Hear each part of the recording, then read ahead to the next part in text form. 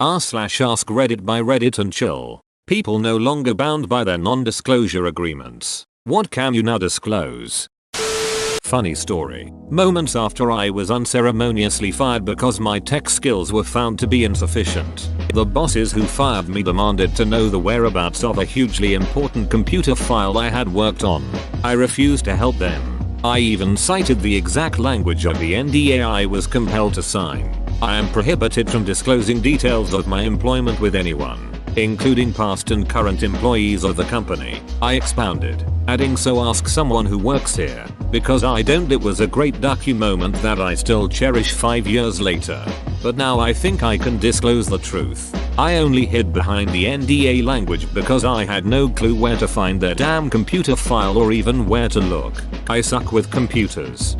Fired because my tech skills were found to be insufficient. I suck with computers. This checks out.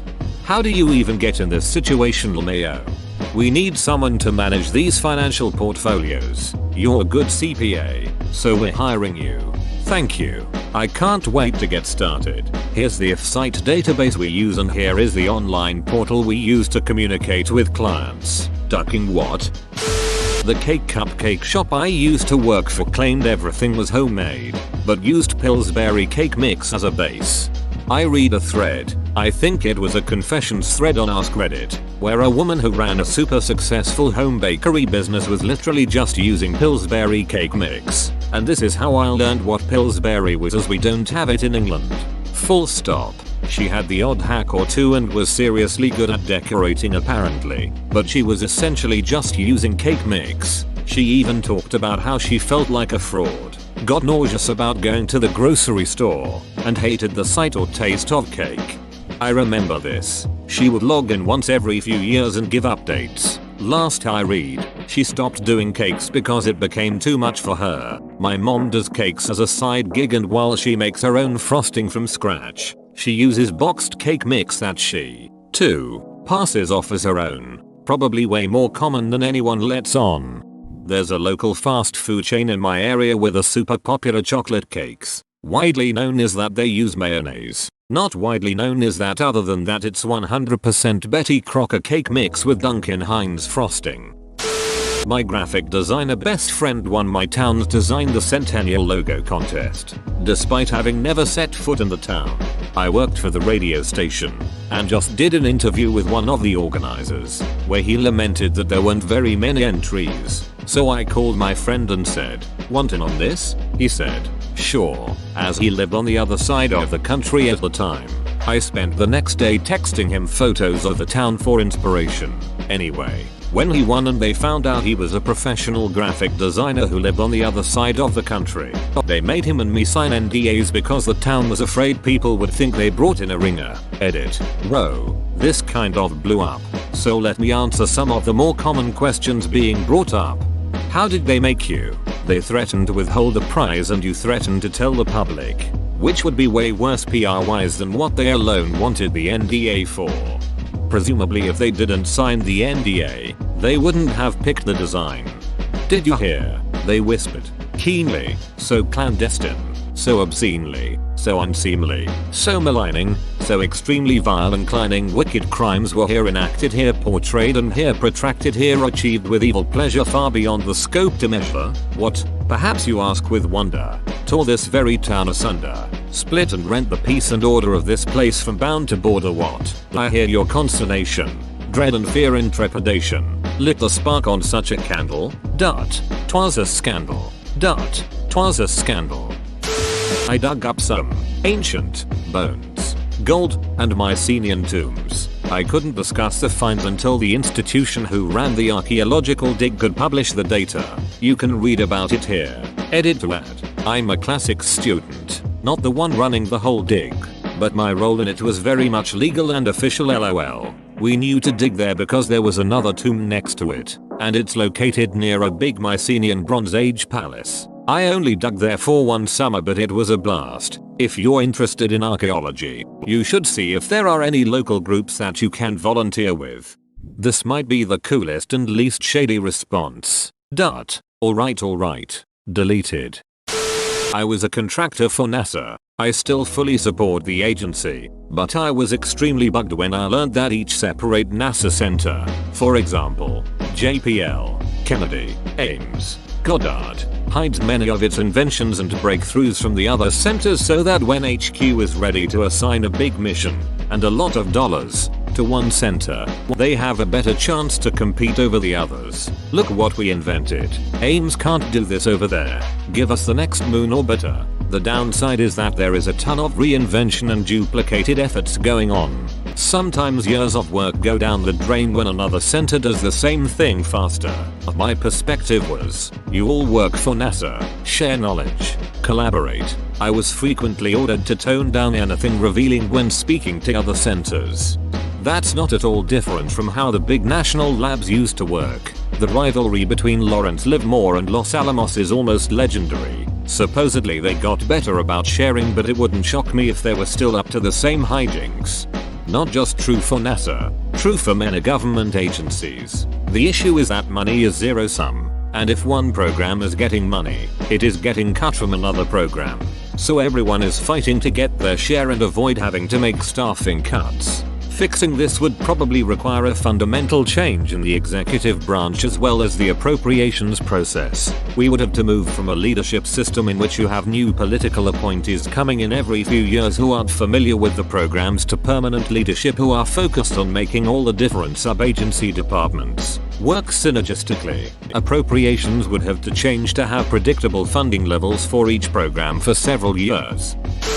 As a lawyer, I've viewed a lot of these and tort settlements. The most common use of the NDA is to keep the award amount quiet so everyone won't sue the company hoping to get that sweet settlement money. Edit. Several people have PM'd me about their NDAs, and if they can talk about this or that, I am not your lawyer. I don't give legal advice to non-clients. You shouldn't take legal advice from strangers on Reddit, but it's called a settlement because you settled the matter. Let it go. You got the hush money, now do the hush.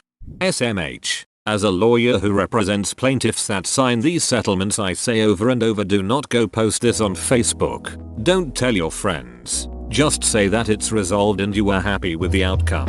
Inevitably a week later I'll get an email from defense counsel with my client's Facebook link on some group we did. IT guys. Just got $XXXXXX. Man fassipaming.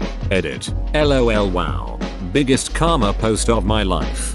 To answer the question then what? In a general answer, it entirely depends on the settlement agreement. Maybe in the corporate world the settlement has to be returned and the release of claims stands. There's a lot examples of losing a settlement agreement, but for our agreements, it would just nullify the agreement and put everyone back to square one, which would then likely settle again.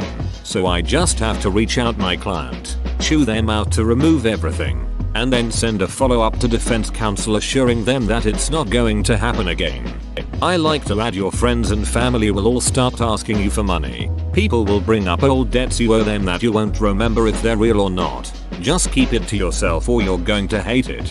This seems to work better than the threat of legal consequences for breaking an NDA.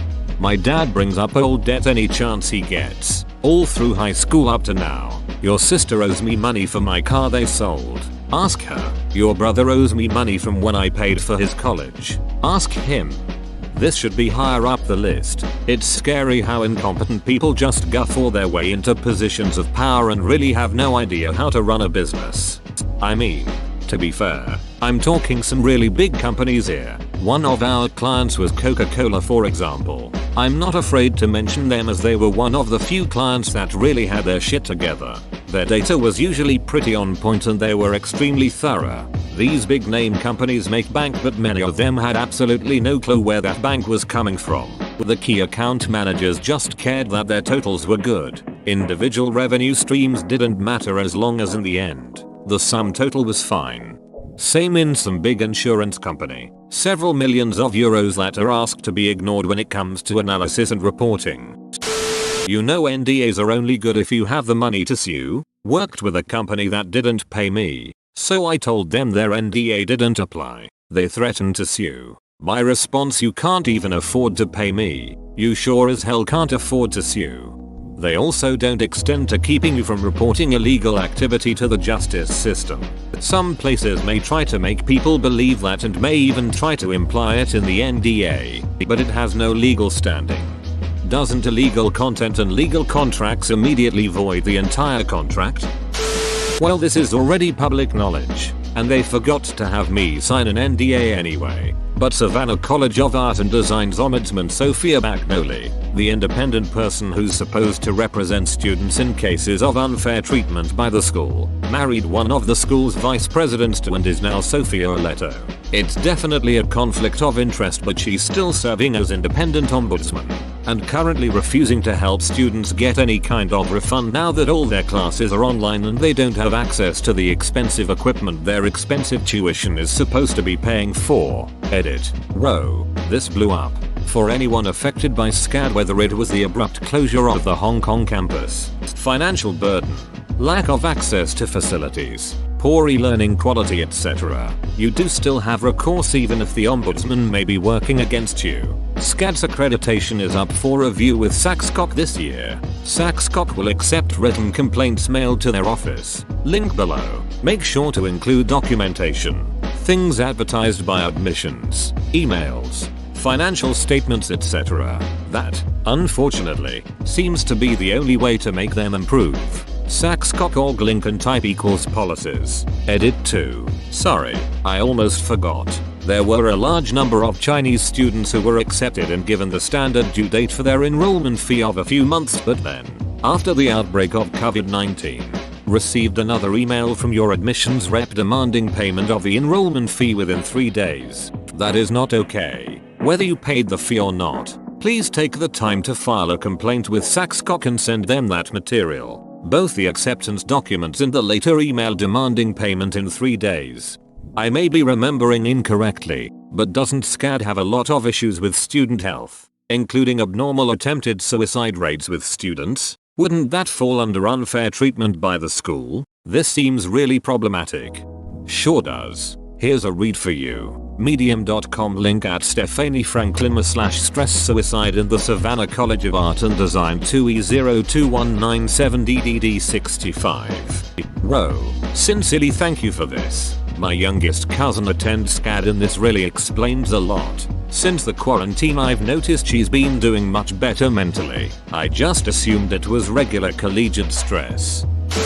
When I was fired from Auntie Anne's in 2010, I signed a 10-year non-compete NDA contract, promising not to detail the baking secrets or work for another pretzel establishment. Well, that ended this year, so now I can run out and start a pretzel store because the secret I was keeping was making pretzels literally requires 2 products. One of them being water and the other a large bag of pretzel meal dust powder. Quite literally anyone with $2,500 can start a pretzel stand and make perfectly fine pretzels. It's not difficult whatsoever. Edit. I signed the letter when I was hired, but I got a copy with my termination letter. Well, you forgot to say what the secret browning agent is that all the pretzels get dipped into before they go on the sheet and into the oven. It's baking soda and water. Mystery solved. Also lemonade too. 4. 8. Refrigerate. I think I'm finally ready to let the world know my secret. If you've ever used VeriSite, the loading spinners you see when the report loads and waiting for anything, people kept complaining that reports were coming back too fast. So it must not be working right. It doesn't take long to complete a few hundred Google searches simultaneously. So the loading spinner just makes you wait a few seconds longer so it feels like more is happening. So glad to finally get that off my chest. Bonus fact. Edit. I also added applying phlebotinum, reticulating splines, and looking for cat memes as random loading messages. But they wouldn't let me do harassing at Ted Cruz on Twitter. This is a good one. Now we just need an elevator engineer to admit that the close door button doesn't actually do anything. To be blackballed by big elevator? You'll never see that. This reminded me of adding an egg to instant pancakes, cakes, brownies, etc. Not actually necessary. When Betty Crocker's instant baked goods brand first went on the market, her sales were poor. The team surveyed people and they were suspicious of baking from a powder. Adding the egg makes people feel that they're actually contributing to a baking process. Edit. U/which weighs up thinks I'm missing a detail. And they seem to be right. The originally introduced cake mix did not need egg. Or water for that matter. It was then revised to now require water and egg, or you can still make it without and it will be edible. But not for the best final product. Actually kind of better fits ARP's example. A step was added to make a process less convenient but somehow reassure the user. Here's a Psychology Today article with more detail. I worked at a small bakery in New York City when I was younger. Every morning the bakery would take their day-old cupcakes and deliver them to a tour company that did Sex and the City tours. The tour company would pass our cupcakes off as cupcakes from Magnolia, and significantly much more popular bakery. I went on that tour with my ex-wife and ate one of those cupcakes. Edit. The cupcake was pretty disappointing.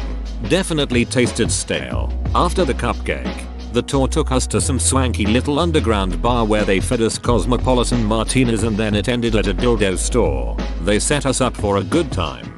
Is that why she's an ex-wife?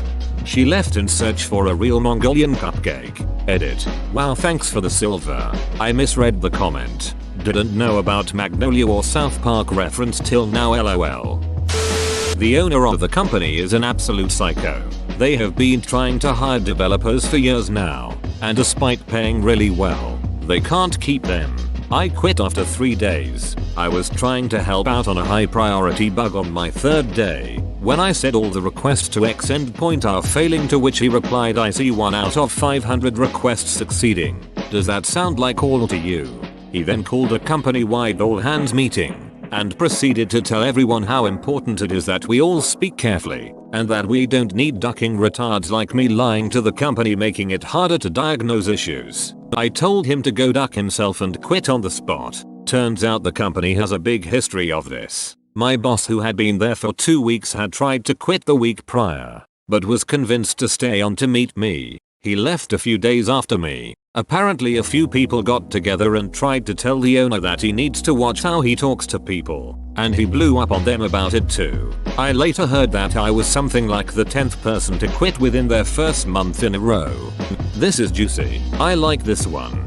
Oh, I forgot one other part of this story that makes it really funny. They offered a quitting bonus thing since they were having so much trouble even getting people in the door for interviews due to a ton of bad company reviews. They had in the contract that you would be able to get a few thousand if you left and weren't fired within the first 90 days. Apparently it was the owner's idea. Well, when I told the owner to duck off, I quickly sent an email announcing my resignation, to which he replied all saying, let's have a phone conversation about this. It would be highly premature for you to leave on your 3rd day. I declined. The quitting bonus was contingent on signing a non-disparagement agreement. A few days after I left, I get an email from the owner's right-hand man sending me a link to an ex-company Facebook group where past employees go to network or something. I had no interest in that, so I declined. But I'm convinced that it was an attempt to get me to break my non-disparagement agreement. If I joined the group and talked shit about the company, he would try to sue for the quitting bonus back. I don't know for sure that's what it was, but it just stinks of that nutjob trying to be clever. Also, that quitting bonus is no longer offered on their recruiting page. Why the duck would you incentivize quitting? Star Wars Battlefront 2 EA will have microtransactions. The NDA was signed in 2016. I was getting more and more worried as the release date kept getting closer, and then it happened. The backlash was so strong that EA went down in the history books as most downvoted comment in Reddit's history. Any more details you can dish out about this? I remember when this all came to a head. Like back then, the build of the game I saw wasn't even a game. Everything was in PDF and in the planning stage of development. So I can confirm that the star cards and the whole BS progression system was planned for day 1. Also, Finn and Phasma were fully developed and playable as early as June 2017. Microtransactions and DLC are such the norm now that I feel companies aren't even trying to hide behind the idea that the DLC is developed after the game's initial release. I remember a time when the fact Finn and Phasma were done and playable before release would have been a big scandal in itself. McDonald's made me sign a NDA regarding a robbery that took place during a graveyard shift. They made me take a ducking polygraph test because they thought my ex and I were involved due to the simple fact that I had stopped by that day to pick up some documents. I was a manager. I had business to do.